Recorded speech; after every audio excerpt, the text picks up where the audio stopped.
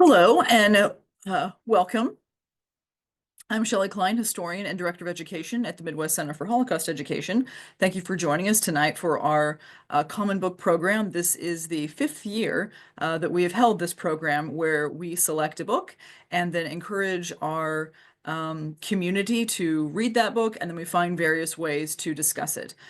Tonight's book, The Counterfeit Countess, was also featured in our Lunch and Learn service, our Lunch and Learn program, the course in the fall, and the topic was resistance. So this was a perfect fit for that course. And I see that several of our learners from those sessions are here with us tonight.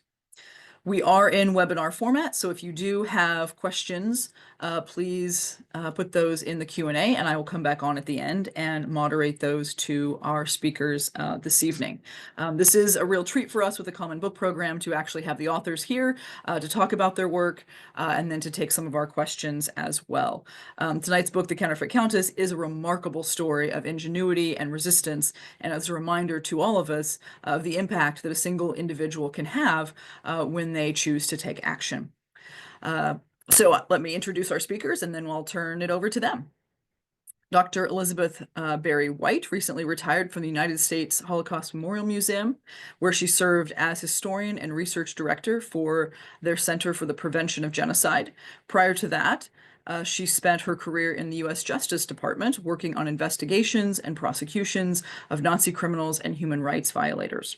Dr. Joanna Sliwa is a historian at the Claims Conference in New York, where she also administers academic programs. She previously worked with the American Jewish Joint Distribution Committee and with the Museum of Jewish Heritage in New York. She has also taught the Holocaust and Jewish history at Kean University and Rutgers University. Welcome, and the floor is yours. Thank you.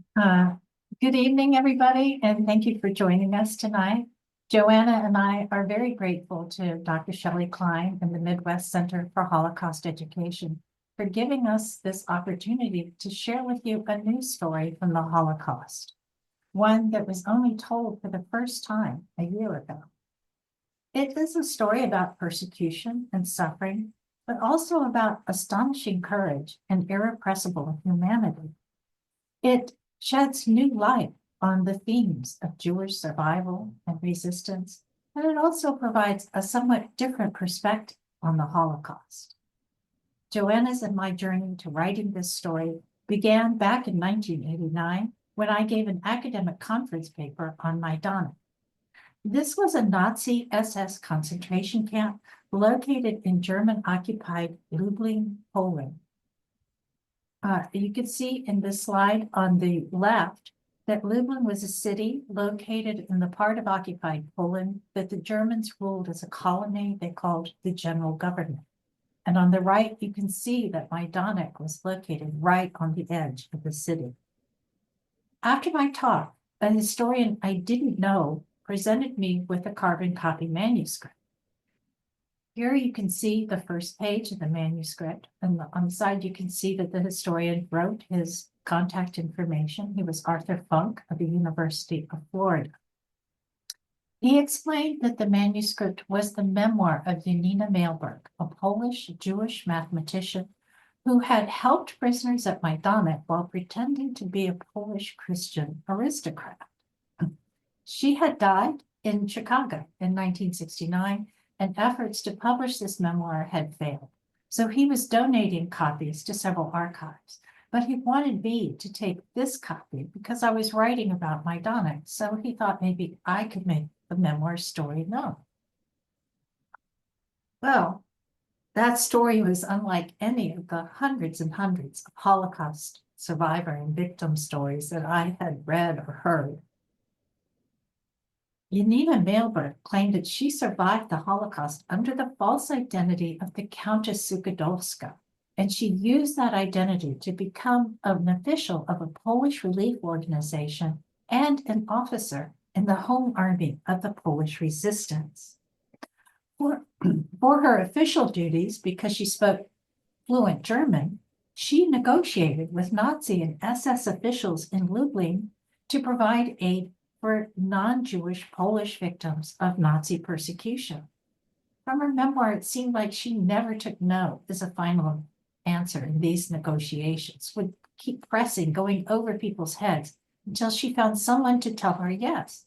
And then she considered yes an invitation to ask for even more. At Majdanek, she relentlessly badgered the SS to let her organization deliver ever-increasing quantities of food and medicines for thousands of prisoners. She made most of these deliveries herself, and she persuaded the SS to let her take them inside the camp, right up to the gates of each of the 5 prisoner compounds that you see marked as fields 1 through 5 on this slide.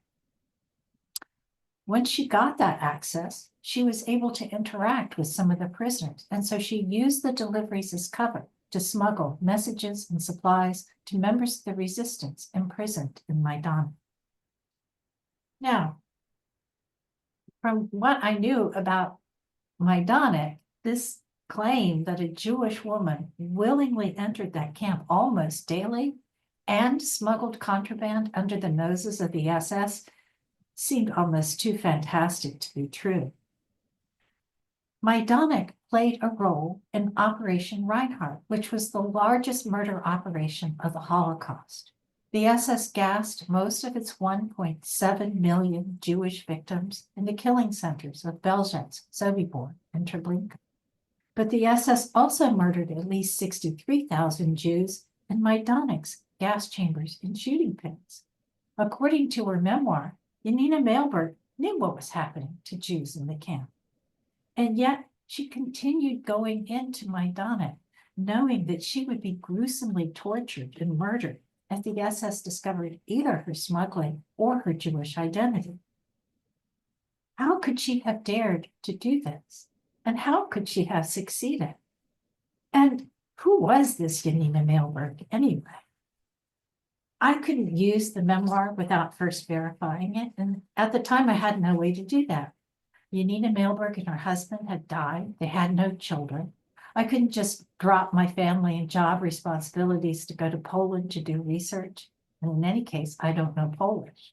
So I figured another historian would find the memoir in the archives and do what was necessary to verify it and bring it to light. But decades passed and that didn't happen. And I never forgot this incredible story. I worried that I might be the only historian who knew its claim that Countess Suchodolska, a heroine of the Polish resistance, was actually a Jew. And if I was, then did I have a responsibility to verify the memoir and tell its story? In 2017, I was working at the United States Holocaust Memorial Museum, and I decided to use its resources to dig into who this Janina Mailberg was. I didn't have much to start with. She doesn't even identify herself in the memoir. But the memoir includes a preface that was written after her death by her husband, who was the philosopher Henry Mailberg. Based on that preface, I believe that she was born Janina Spinner in 1915 and that she obtained a PhD in mathematics in 1938. But then I came across the 2 photos that you see here. These are showing Henry Mailberg with his fellow philosophy students in 1925. A woman appears in each, identified in one as Peppy Spinner and in the other as Josephine Mailberg. This clearly has to be Janina Mailberg, and she clearly isn't 10 years old, which she would have been if she'd been born in 1915. With the help of 3 Polish scholars, I discovered that she was born Peppy Spinner in 1905, and that she obtained a PhD in 1928 in philosophy, not mathematics. So was this a reason to doubt her credibility? But then I found a reference in a 1975 book review that made me think she might have been Countess Suchodolska. And that's when I reached out to Joanna, and she offered to partner with me in investigating the memoir's claims. Very quickly, we found out that Janina's life was even more amazing than her memoir reveals. Like Barry, I am a Holocaust historian, and I too read numerous testimonies, memoirs, diaries, and listened to countless oral histories. I did research in archives in several countries, but I have never encountered a story like Janina's.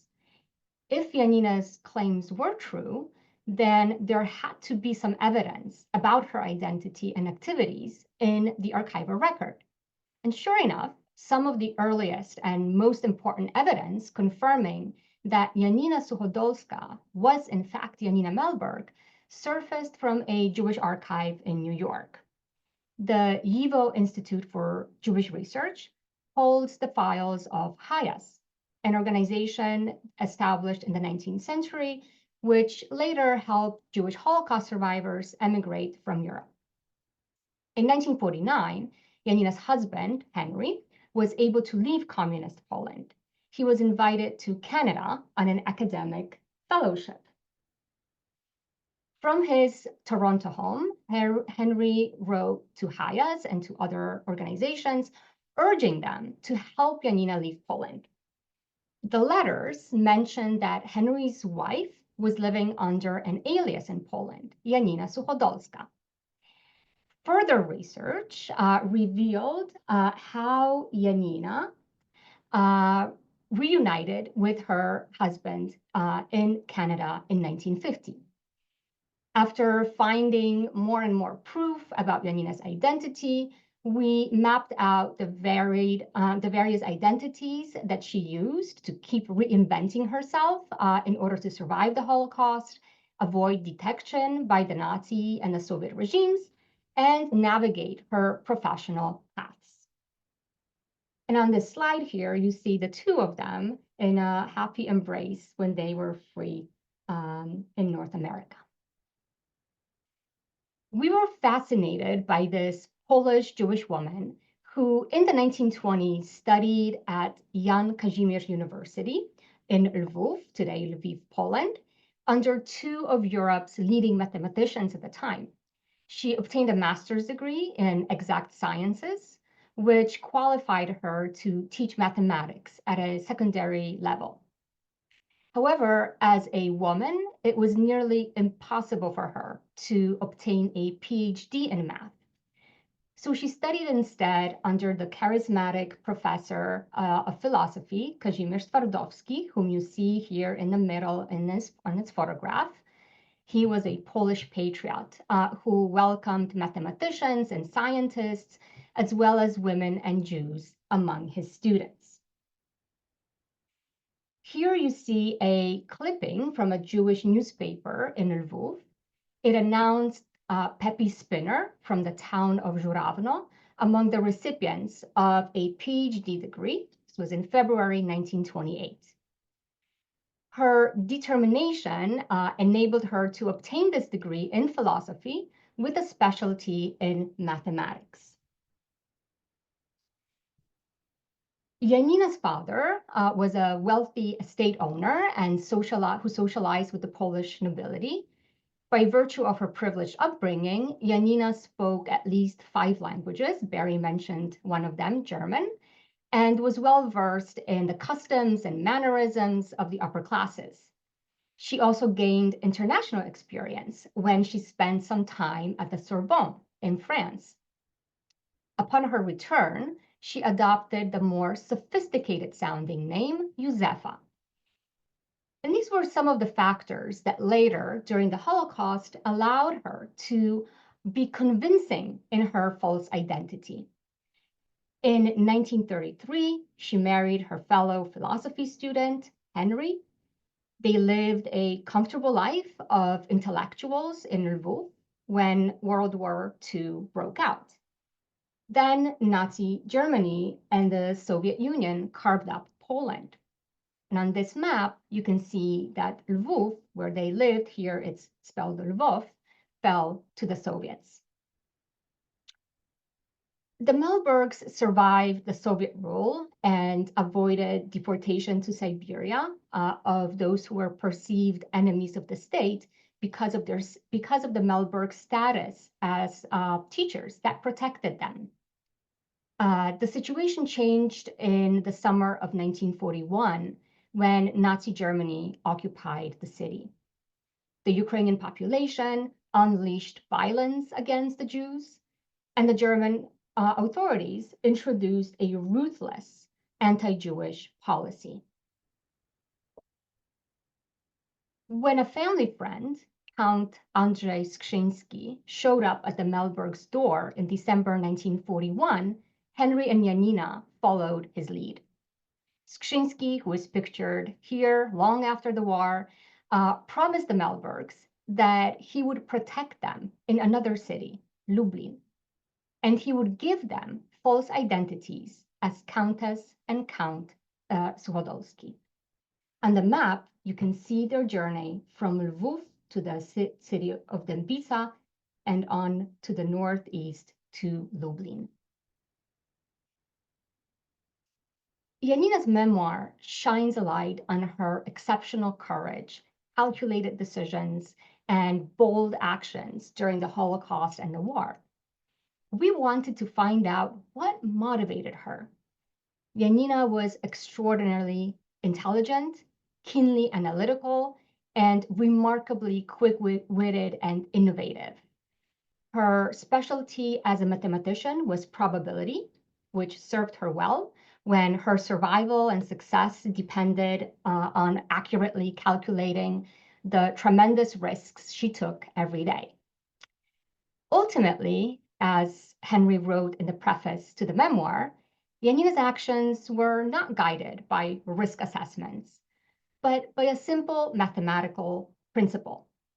One life has a lesser value than multiple lives, and her own life would have no value if she did not use it to save others. Acting on that principle, Janina saved thousands. Sifting through archival records, we were able to verify what Janina wrote about her rescue, resistance, and relief activities on behalf of ethnic Poles during World War II. The Nazis considered Poles to be subhuman racial enemies, only a little better than the Jews. The Germans destroyed and looted Polish national and cultural treasures. They shot members of the Polish intelligentsia. They put millions of Poles to forced labor. And they conducted bloody ethnic cleansing and reprisal campaigns. The German occupation of Poland cost the lives of 3 million Polish Jews and nearly 2 million non-Jewish Poles. And on this slide, you see some photographs from the various ways in which the ethnic Poles were persecuted by the Nazis during the war. The document revealed that Janina's accomplishments were even more astonishing than what she claimed in her memoir.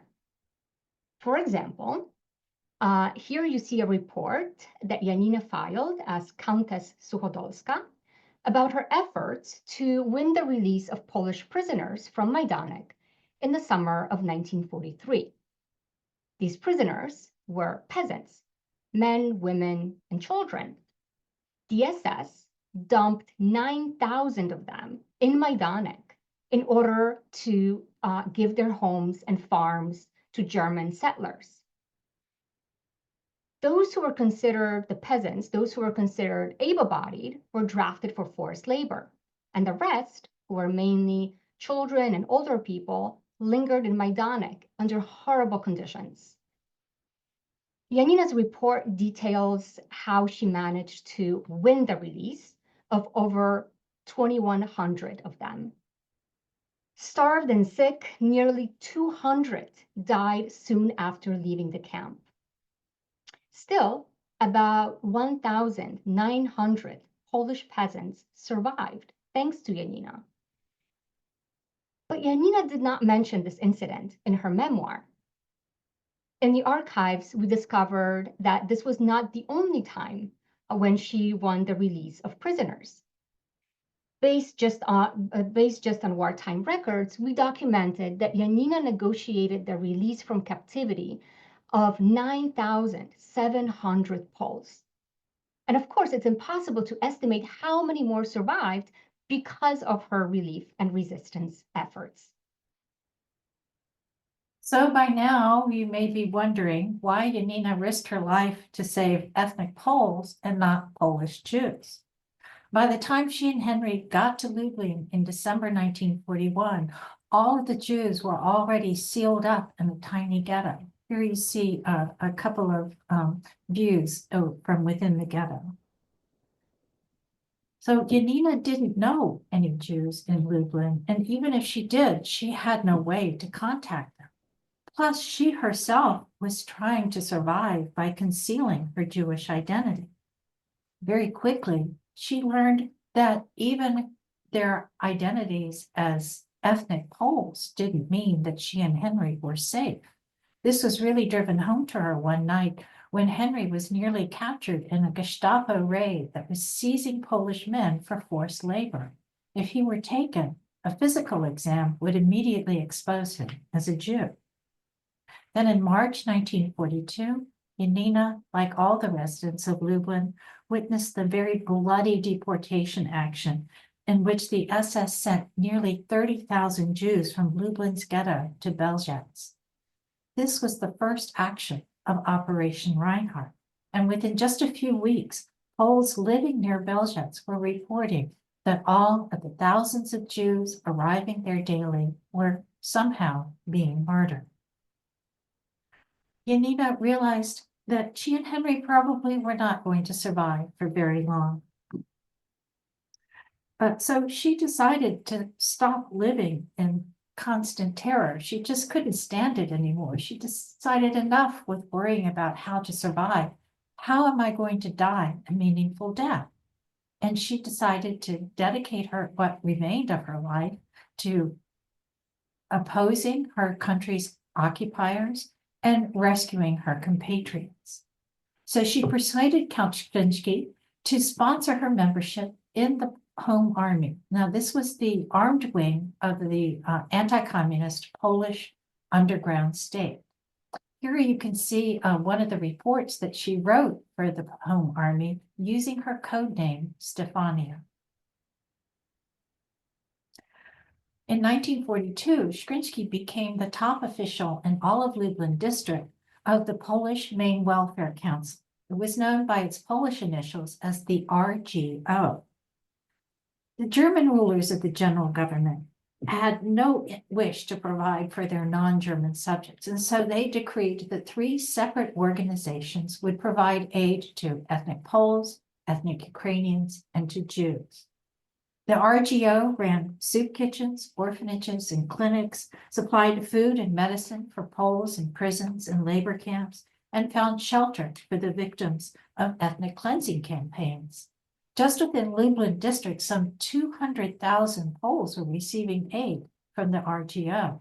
So Skrzynski had a huge task, and he hired Janina to be his right hand in managing it. In 1943, the Lublin RGO won permission from the SS to deliver food and medicines for the Polish prisoners at Majdanek. The Germans had originally created this camp to hold Soviet POWs. In 1942, after the start of Operation Reinhardt, it became mainly a camp for Jewish prisoners. These were victims of Operation Reinhardt who were spared the gas chambers of the killing centers in order to be worked to death at Majdanek, a process that usually took only a few weeks. At times, Majdanek also served as a killing center. Transports of Jewish men, women, and children would arrive there and undergo selection, and the children and the adults unable to work were immediately gassed or shot. Then, starting in early 1943, the SS began sending thousands of ethnic Polish prisoners to Majdanek as well, also to perform forced labor. And like the Jews, when they became unable to work, they were murdered. The conditions at Majdanek were so horrific that it had by far the highest prisoner mortality rate of all of the concentration camps. Here you can see the column of smoke that regularly rose from Majdanek from the incineration of the bodies of thousands of its victims. Shkrinsky put Janina in charge of the aid program at Majdanek. The more she learned about what was going on there, the more obsessed she became with finding more and more ways to help the prisoners, and not just the Poles, but all of them, including the Jews. She dreamed of delivering so much food that it would stave off starvation for all of them, and of providing medicines and serum that would eradicate the raging epidemics. By the fall of 1943, Janina was conducting many of the negotiations between the RGO, her relief organization, and German officials in Lublin. Here you can see some of the officials she dealt with, and you can read the names of some of the other ones below the photos. So this man in the highlighted photo was Hermann Höfler. He's the SS official who actually helped Janina get the release of those 2,100 Polish prisoners from Majdanek that Joanna mentioned earlier. He was also the manager of Operation Reinhardt. So at the time that Janina was dealing with him one-on-one, he already had the blood of more than 1.5 million Jews on his hands. In her negotiations with the Germans, Janina insisted that they follow regulations for releasing hostages and exempting certain Poles from being taken off of forced labor. She persuaded the Germans to release from labor camps and transit camps those Poles who were rated as unfit for labor. She also enabled members of the resistance to go into the transit camps as RGO workers. Their tasks included instructing the prisoners there on the symptoms that they should report so that they would be declared unfit and released. In 1943, Majdanek received a new commandant who had orders to reduce the prisoner mortality rate. Janina immediately presented herself as his ally in that effort. His prisoners would be healthy and work longer if they were able to receive adequate food and medicine, and she could make that happen. At their first meeting, the commandant grudgingly agreed that the RGO could provide hot soup, but just for sick prisoners. When she left that meeting, Janina thought to herself, the commandant does not yet realize that when I ask for a finger, I mean to get the whole hand. And she practically did. By February 1944, the RGO was delivering tons of bread and hundreds of gallons of hot soup for all 4,000 Polish prisoners at Majdanek 5 days a week. This did not happen at any other concentration camp. And as Janina had hoped, the Poles were finally receiving enough food that they were sharing it with non-Polish prisoners, but not with the Jews. And that's because on November 3rd, 1943, the SS shot all the remaining 18,000 Jews in Lublin at Majdanek. The SS gave this massacre a celebratory name, Operation Harvest Festival. Probably the first Polish civilian to learn about it was Countess Suchodolska of the RGO. Janina's memoir details some of the ways the Nazis persecuted Jews like herself. But as a Jewish woman living under a false identity, Janina endured persecution as a Pole as well. She witnessed the Nazis' destruction of Poles, with whom she too identified as a Polish national and a patriot. But Janina's memoir also reveals how she chose to stand up to her oppressors through the acts that she engaged in, that Barry just talked about, as well as through the empathy and compassion that defined her resistance actions. She understood that prisoners needed not just food to survive, but also hope. Through both her food deliveries and her smuggling, she tried to let the prisoners know that they were not forgotten, that there were people outside the camp who cared about them and who were taking risks and making sacrifices to help them.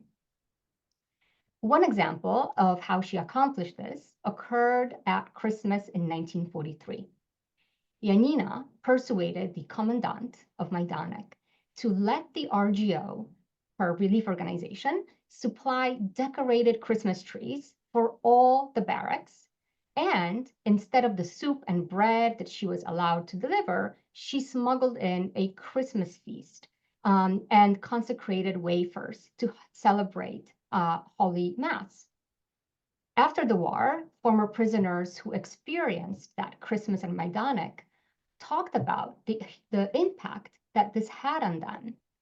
It revived their spirits and inspired camaraderie that helped them carry on despite their horrific suffering in the camp.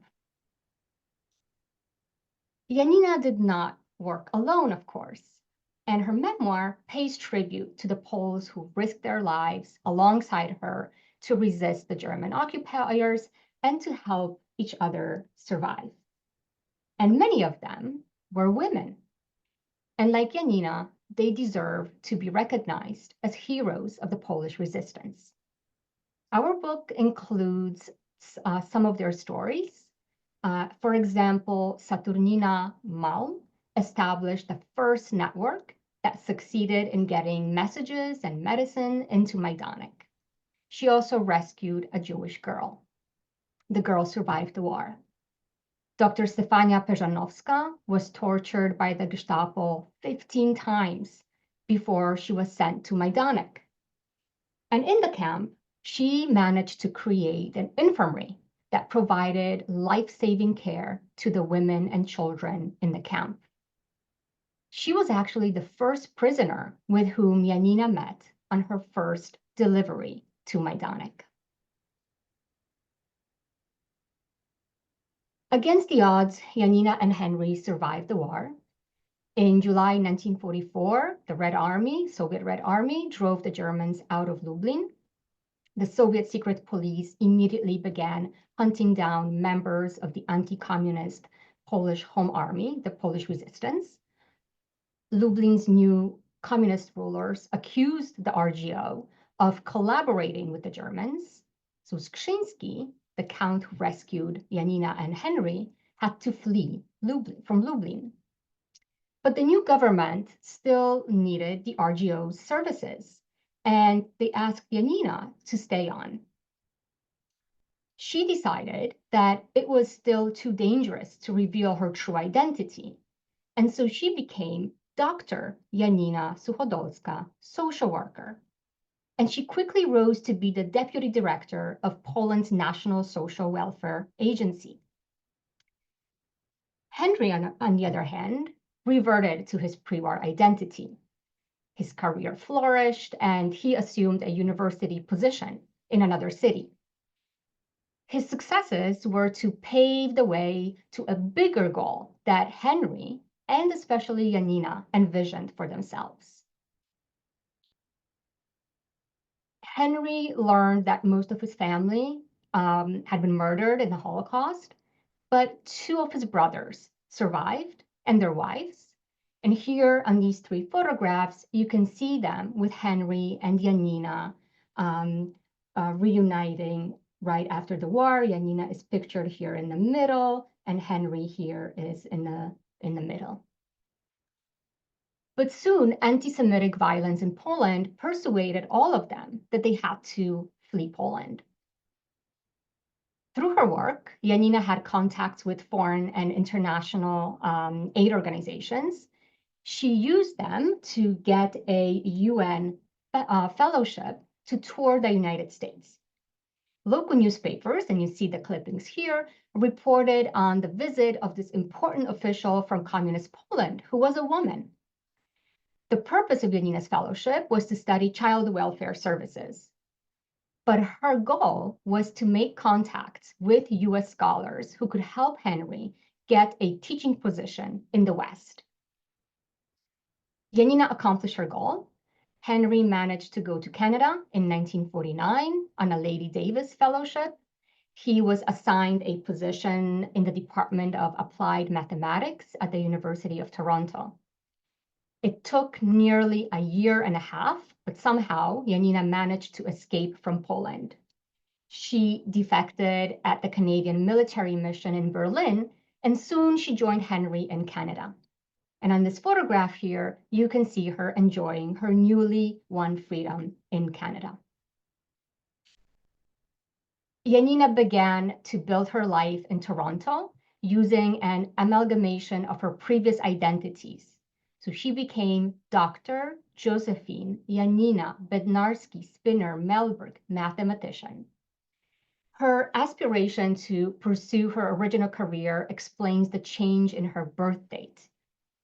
As a woman, the odds of her getting an academic appointment in mathematics were automatically slim, and they were much worse for a 45-year-old than for someone who was 35. A job for Henry at the University of Chicago opened in 1956. The move to the US finally offered Janina a chance to resume her academic career. She first worked as a researcher at the University of Chicago, and in the 1960s, she became an associate and then full professor of mathematics at the Illinois Institute of Technology. These photos here were captured while she was teaching a class at IIT. She was a popular professor, scholar, and colleague there. One of her students said about Janina that she was just lovely, extremely kind.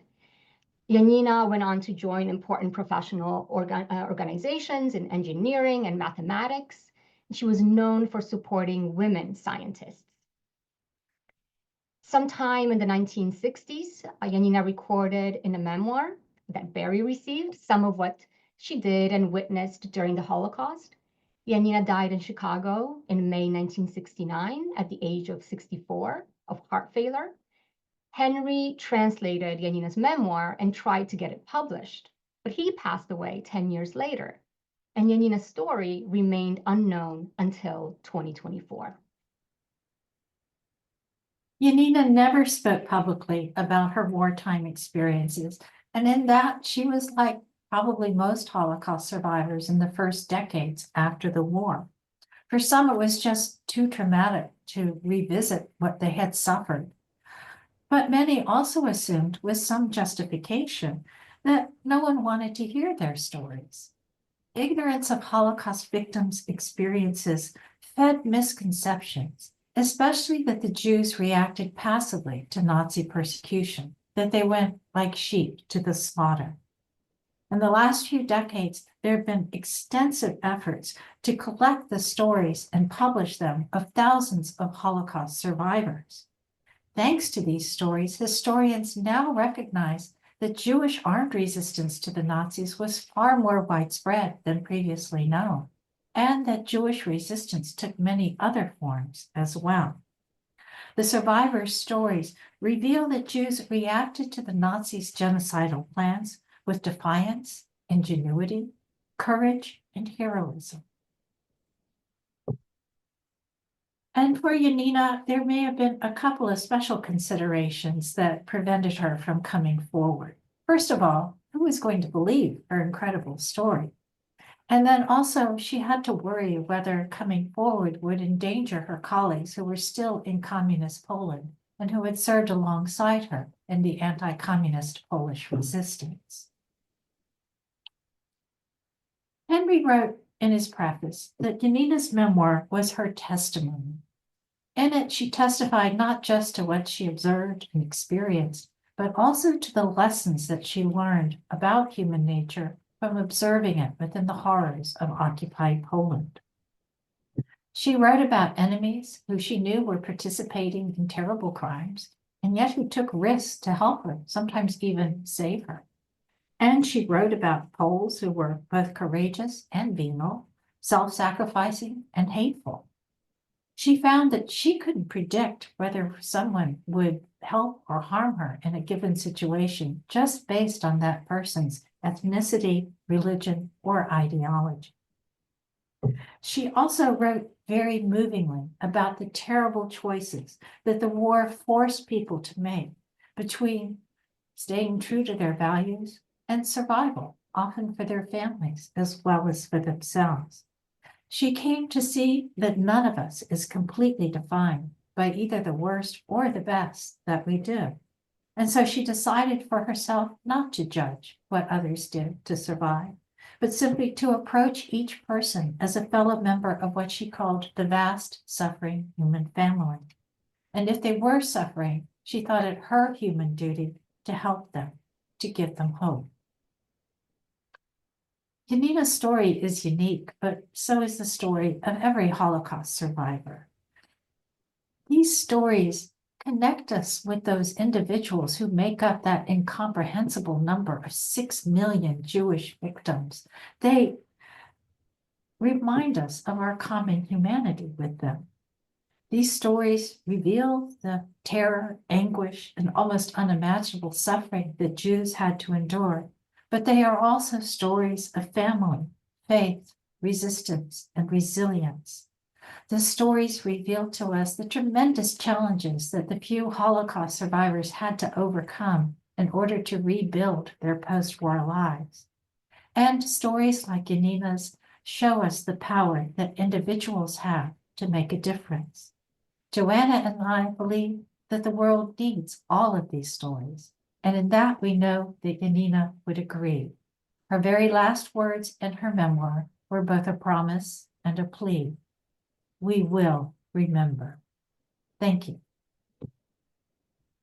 Oh, and finally, Joanna and I are very dedicated to spreading Janina's story as widely as possible. And so we encourage you to stay in touch with us. If you have a book group or whatever, please get in touch with us. And here you can see our professional websites and our website for the book. Thank you so much.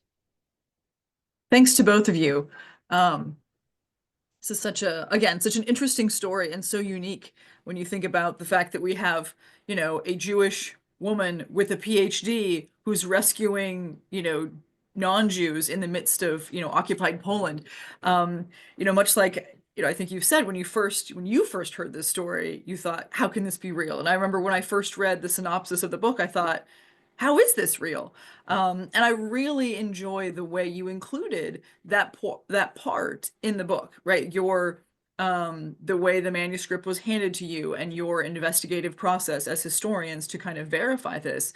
I think it's really important that people realize a bit about how history is done. So I wonder if you might speak a little bit to some of the challenges that you found in this project.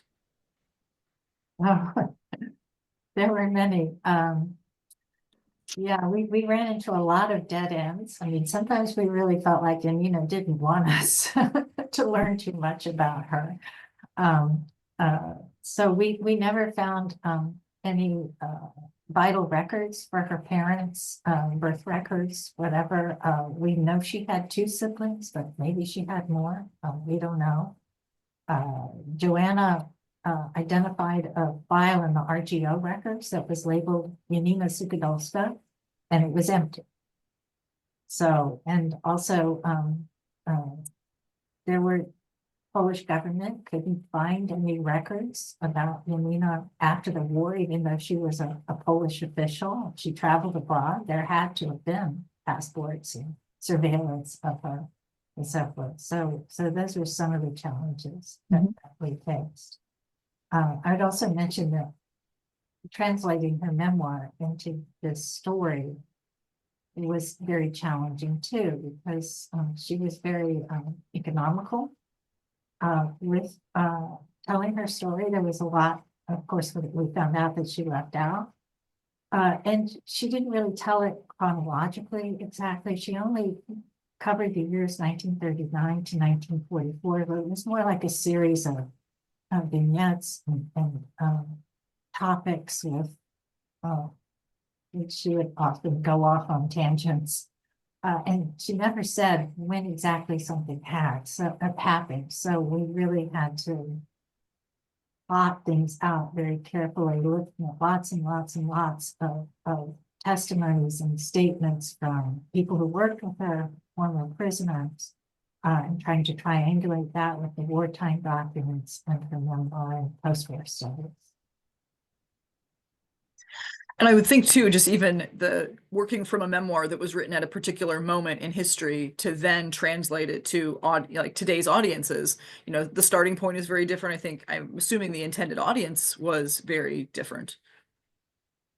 Yes, so the memoir was written in Polish. She wrote the memoir in Polish, and Henry translated it. So in terms of challenges, and speaking for challenges for historians who rely on these original documents, we never had access to the original document in the original in Polish. We only worked from the translation.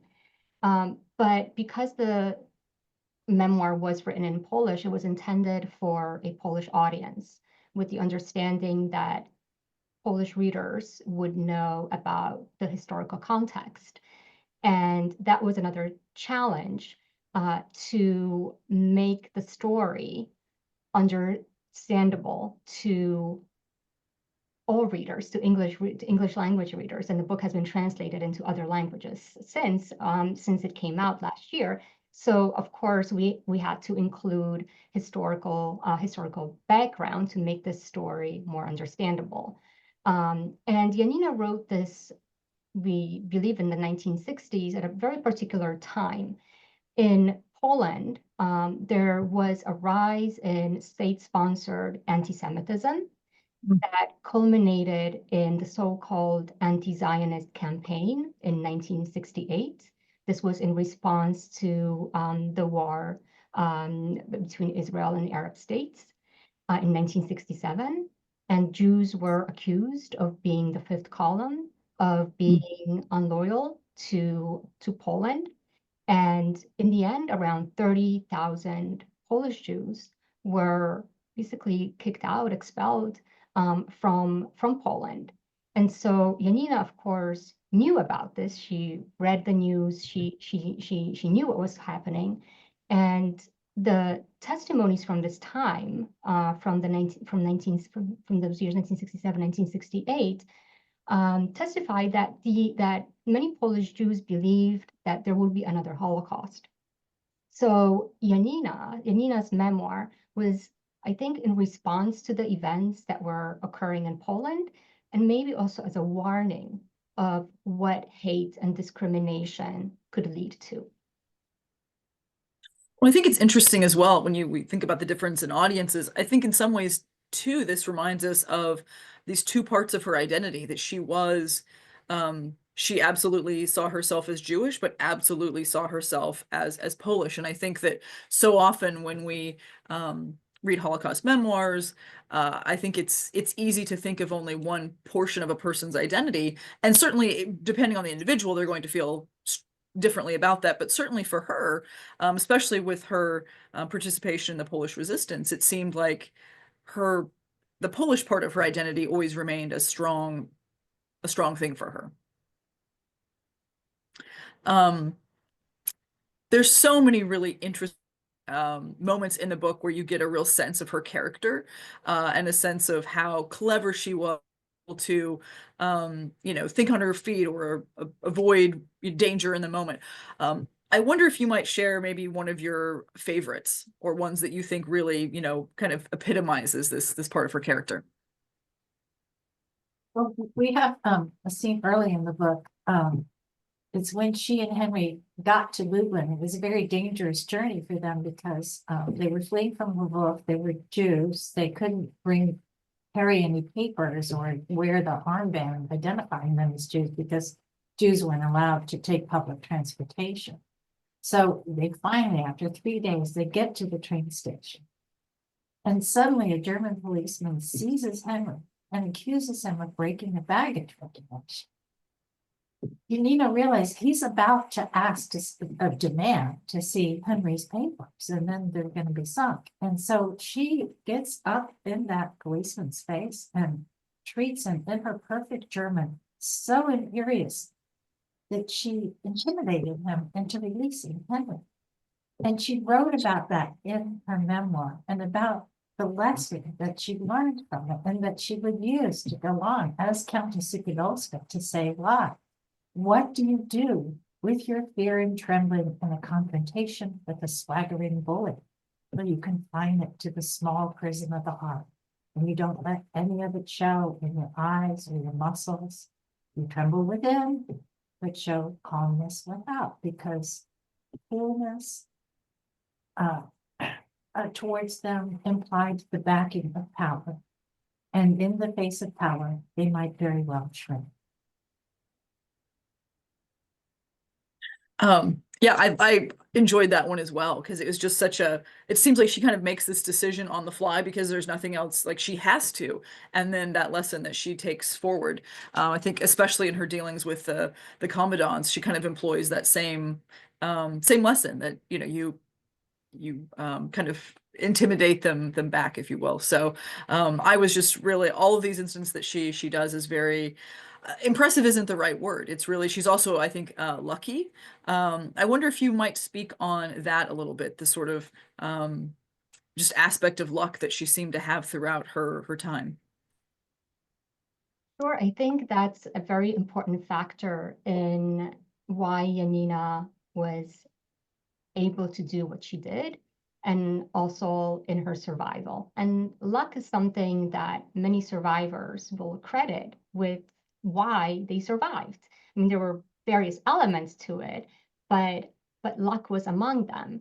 And so, speaking of luck, when I mentioned that Count Skrzyński showed up at their door in December 1941, and they chose to follow his lead, well, the Melbergs were ready to leave Lvov, but go to Henry's hometown in Kopychince, outside of several kilometers outside of Lvov, because there was no ghetto there.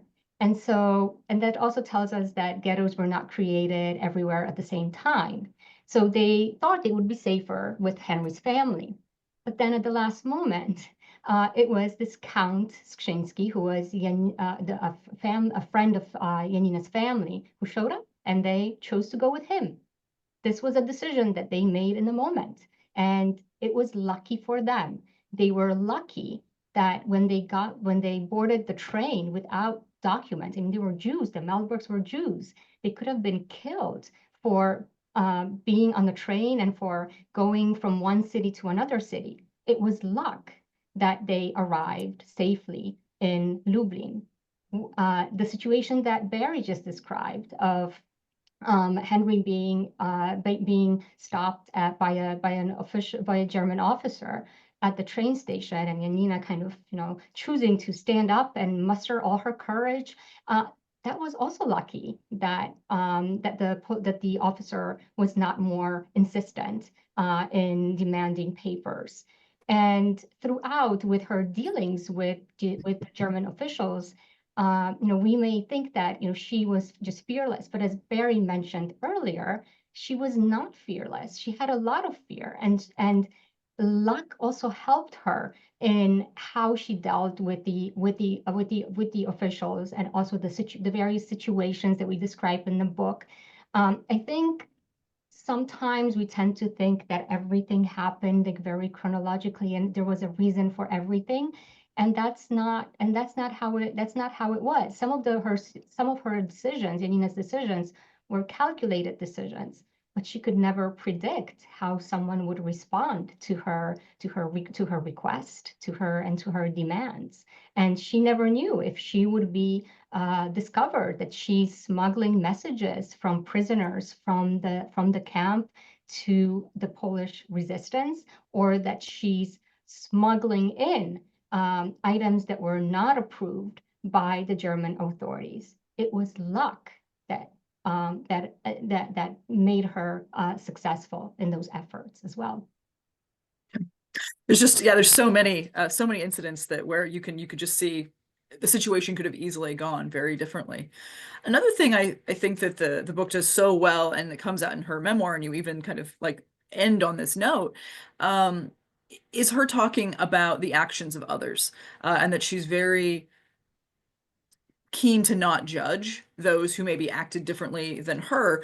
And I thought maybe, could you talk a little bit about this kind of variety of human reaction experience that we see people, how they choose to act or not act. And in some cases, it's surprising how one individual may choose to, you know, like turn somebody in one moment and then save someone in the next. So I thought that the book did a nice job of bringing some of those elements out. I wonder if you could speak to that a little bit. Now, I think that with particularly with some of the SS that she developed relationships with and who helped her, it was really that power of human connection that she pursued with them. And that you know, I think she was charismatic. She was pretty nice looking too, you know, all of that helped. And so she was able to get people to respond to her as humans rather than as German SS to a whole in a lot of occasions. She wrote in her memoir, there was a mystery how people would behave in any given situation. In her smuggling activities at Majdanek, she made a particular point of trying to get messages to prisoners who she knew had broken under torture and betrayed their comrades, and now they were living in what she called a hell of shame in the camp. She wanted to let them know that they were seen as martyrs, not as traitors, that they were deserving of mercy, not condemnation. And but she really felt that, you know, it was the unusual circumstances of the war that people who had to make those terrible just choices and chose to do terrible things would never have done them if they'd just been able to live out their lives in peace. Yeah, I think it's such a powerful, just, you know, since you end, I have couple more questions, but I just thought since this is so powerful in her own words, just to say it, at the very end, you know, in your coda section, she says, I'd achieved less than I'd hoped, but I tried and my efforts had made a difference. So my life had made some difference. And for that reason, I had to go on. But then I thought of all those who had been broken physically and morally, who had betrayed me, who had betrayed other lives in hopes of saving their own. Of them, I spoke to these men. None of us has the right to sit in judgment on them. No one who hasn't been in their shoes, their terrible shoes, often filled with blood. Most of them, no doubt, wanted nothing more than to live out their days in an average humdrum existence without great impact and without glory. And I think that's just such a powerful ending segment to remind us all of the complexities of any given situation and to act in the ways that we can, but also to keep in mind the variety of experiences. So I think that's I think about those passages often. Could you tell me if you have any other projects, either separately or together in the works? I don't, but Joanna does. So I am very much interested in the experiences of people who are traditionally or have been traditionally marginalized in scholarship. And so my first book was about Jewish children in Krakow, Poland. So to expand this on the story of the rescue by Oskar Schindler, there was more to the story than that. And now I am working on a project with my two colleagues, Christine Schmidt from the Wiener Holocaust Library in London and Elizabeth Anthony from the Holocaust Museum on a volume about older Jews and the Holocaust. So about a group that we don't really know much about. What were their experiences? What did they recall about the ghettos and camps and hiding and being and having to flee from their homes and from their countries? And what were the responses of organizations of other people to these to the plight of older Jews? So this is something that we're working on, and the book will come out in 2026. Well, I can see how these kind of interests here overlap because certainly, yeah, a story like this really reminds us of there's so many more stories to hear. And especially when it comes to the more unique ones, how much harder it's been to get at them over the years. And lastly, what lessons do you think we can learn from the actions of Yanina and her resistance network?